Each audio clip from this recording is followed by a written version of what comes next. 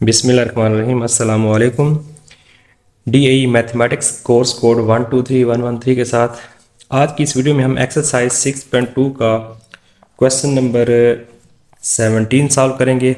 तो 17 क्वेश्चन है कि find a vector perpendicular to both the lines AB and CD where A is 0 to 4, B is 3 minus 1 2, C is 2 0 1 and D is 4 2 0। तो आपने एक vector find करना है जो कि इन दोनों लाइंस के क्या हो, परपेंडिकुलर हो।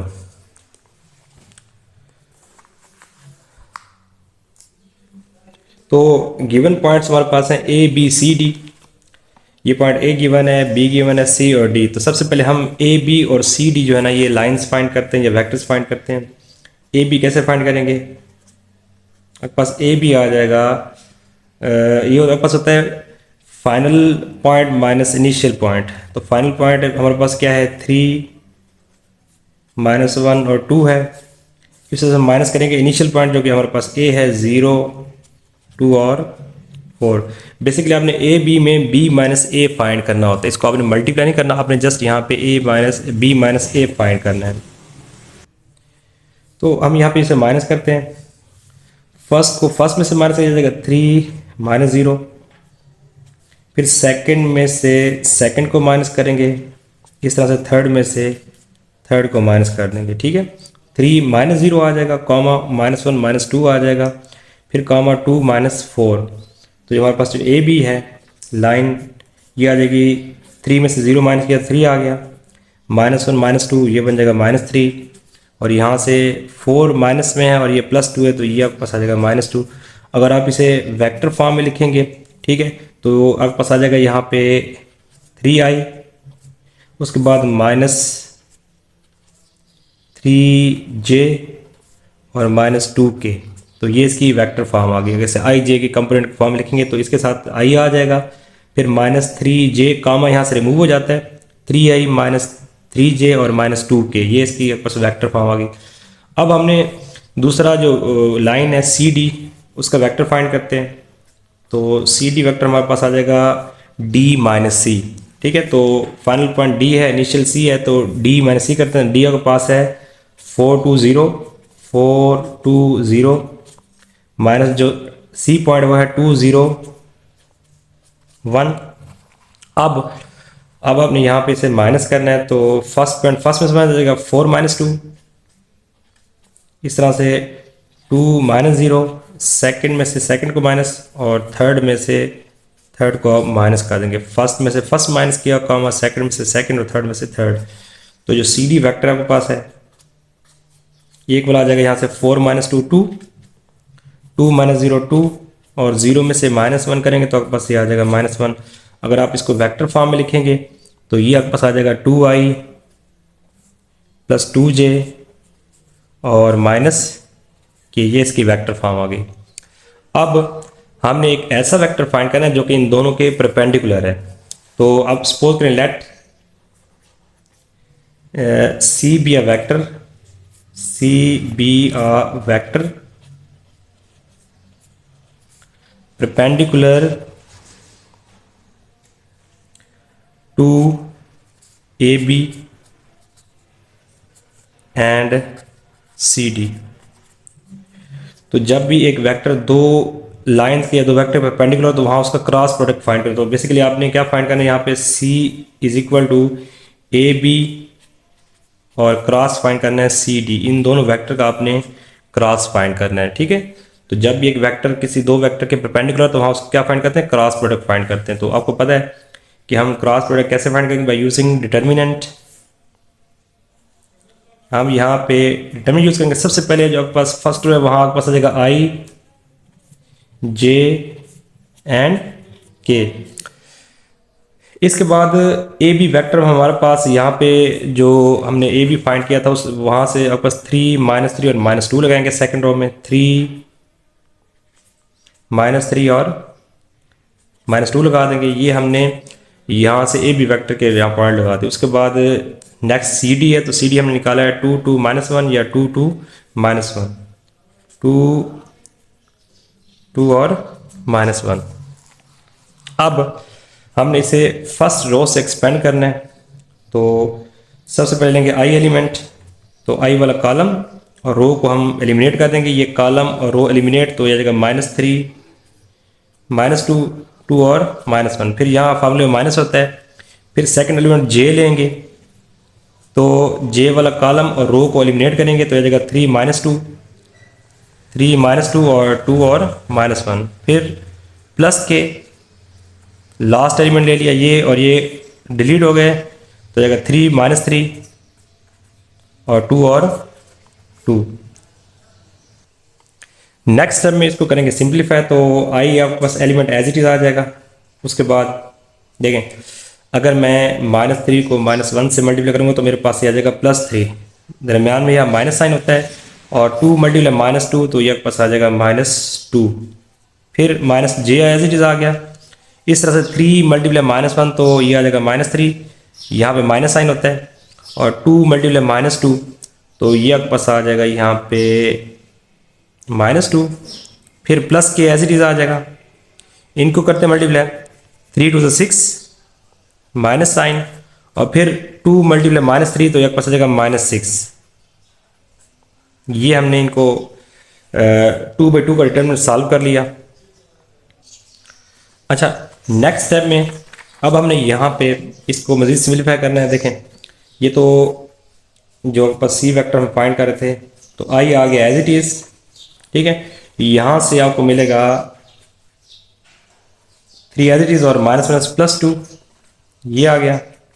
फिर -j एज इट इज़, इधर से आपको मिलेगा -3 और -2। फिर प्लस के है तो 6 आ जाएगा एज इट इज़, अगर -1 +6 हो जाएगा।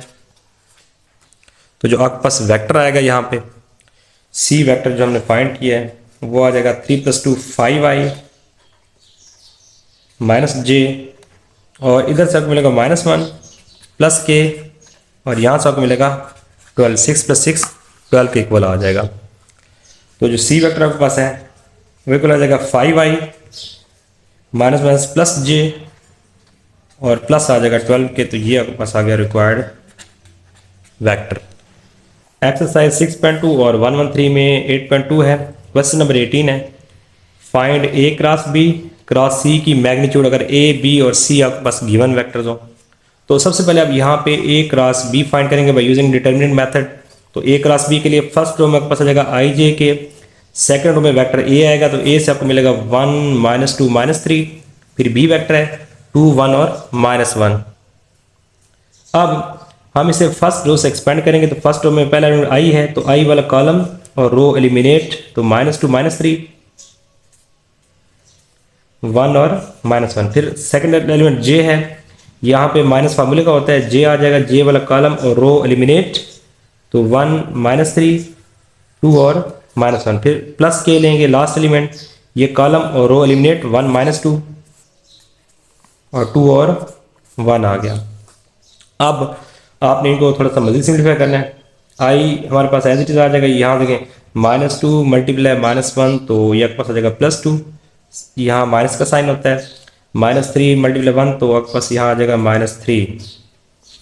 फिर -j है, अब -1 मल्टीप्लाई 1 तो ये -1, दरम्यान में माइनस साइन होता है। फिर इन दोनों को मल्टीप्लाई करते हैं तो ये आपके पास आ जाएगा -6, क्योंकि प्लस माइनस माइनस होता है। फिर प्लस क्या आ जाएगा, अब 1 1 1 माइनस साइन, और 2 मल्टीप्लाई -2 तो ये पास आ जाएगा -4।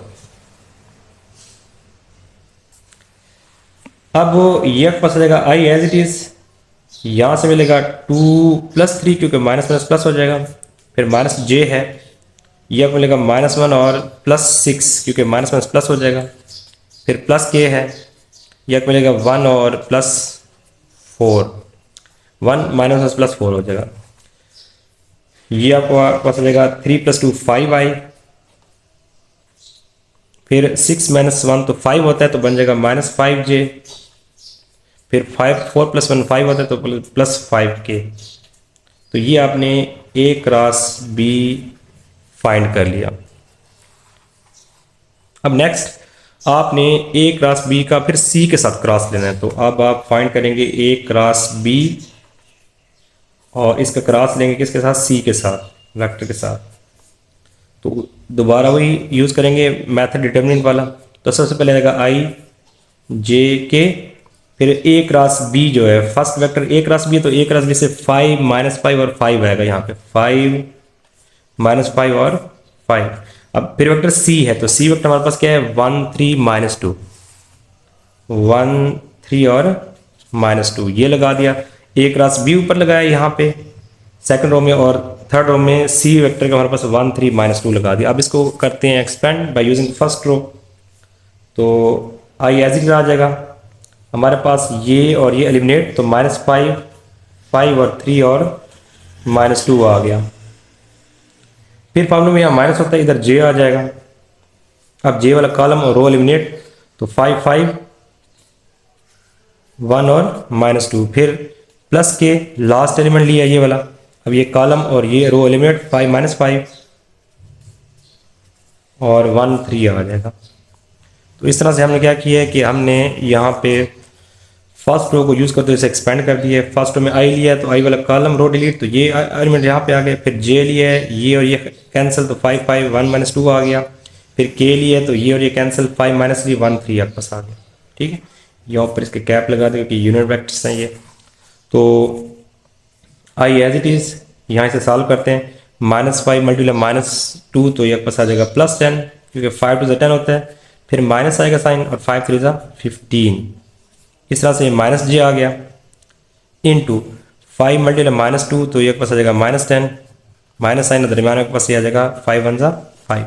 फिर प्लस के, अब 5 से 15 माइनस, और -5 × 1, तो एक पास आ जाएगा -5। ये आई एज इट इज आ गया। इधर से आपको मिलेगा -5, क्योंकि 15 है माइनस में और ये +10, तो -5 आ जाएगा। फिर माइनस जे, तो यहाँ से आपको मिलेगा -15, सेम साइन ऐड हो जाएंगे। अब प्लस के एज इट इज़, और यहाँ से मिलेगा 15 और -+5, तो जो ए क्रॉस बी और इसका क्रॉस सी के साथ लिए हमारे पास, वो इक्वल आ गया -5i +15j और +15 + 5, तो 20k आपके पास आ जाएगा। तो ये आपने ए क्रॉस बी और क्रॉस सी फाइंड कर लिया। अब इसमें लास्ट काम है, जब आप इन तीनों को क्रॉस फाइंड कर लेंगे, फिर इनकी निकालिए लास्ट में मैग्नीट्यूड। तो अब हम इसकी निकाल लेते हैं मैग्नीट्यूड। तो ए क्रॉस बी क्रॉस सी, इसकी निकालते हैं मैग्नीट्यूड। तो मैग्नीट्यूड निकालने का फॉर्मूला होता है √ऑफ x वैल्यू का स्केयर, तो -5 का स्केयर आ जाएगा। फिर 15 का स्केयर आपके पास आ जाएगा। फिर आपके पास आ जाएगा 20 का स्केयर। अब जो 5 है उसका स्केयर आपके पास क्या होता है 25, प्लस आपके पास 15 है, 15 का स्केयर निकालते हैं। तो 15 का स्केयर आपके पास आता है 225 प्लस 20 का स्केयर, तो ये आपके पास आ गया 400। अब आपने इन तीनों वैल्यूज़ को ऐड कर देना है, 400 प्लस 225 प्लस 25, तो 650 आता है। तो ये आपके पास आ गया 650। इस तरह से आपने ए क्रॉस बी और क्रॉस सी की मैग्नीट्यूड फाइंड कर ली। इधर आप इसे मज़ीद सिंप्लीफाई करेंगे बाय यूजिंग प्राइम फैक्टराइजेशन। तो ये मैंने 650 को फैक्टराइज किया है by using prime factorisation method. तो 2 से इसे डिवाइड किया, फिर 5 से किया, फिर 5 से किया, तो ये आपके पास आ गया फैक्टर 5 5 2 और 13। तो मैं से अरेंज करके लिखा है। अब देखें ये दोनों सेम वैल्यूज़ हैं, इनका बन जाएगा स्केयर, तो इनका बन जाएगा स्केयर, और ये दोनों 26 हो जाएंगे। हमने बेसिकली 650 का स्केयर रूट फाइंड करना था, ठीक है। तो इनके ऊपर आ जाएगा, यहाँ से स्केयर रूट आ जाएगा। तो हम स्केयर रूट को ब्रेक करते हैं, इस वैल्यू पे अलग से, इस पे अलग से, तो ये आपस में कट गया, तो 5 × 26, तो ये आपके पास आ जाएगा यहाँ पे 5 × √26, तो ये आपके पास रिक्वायर्ड आंसर आ गया।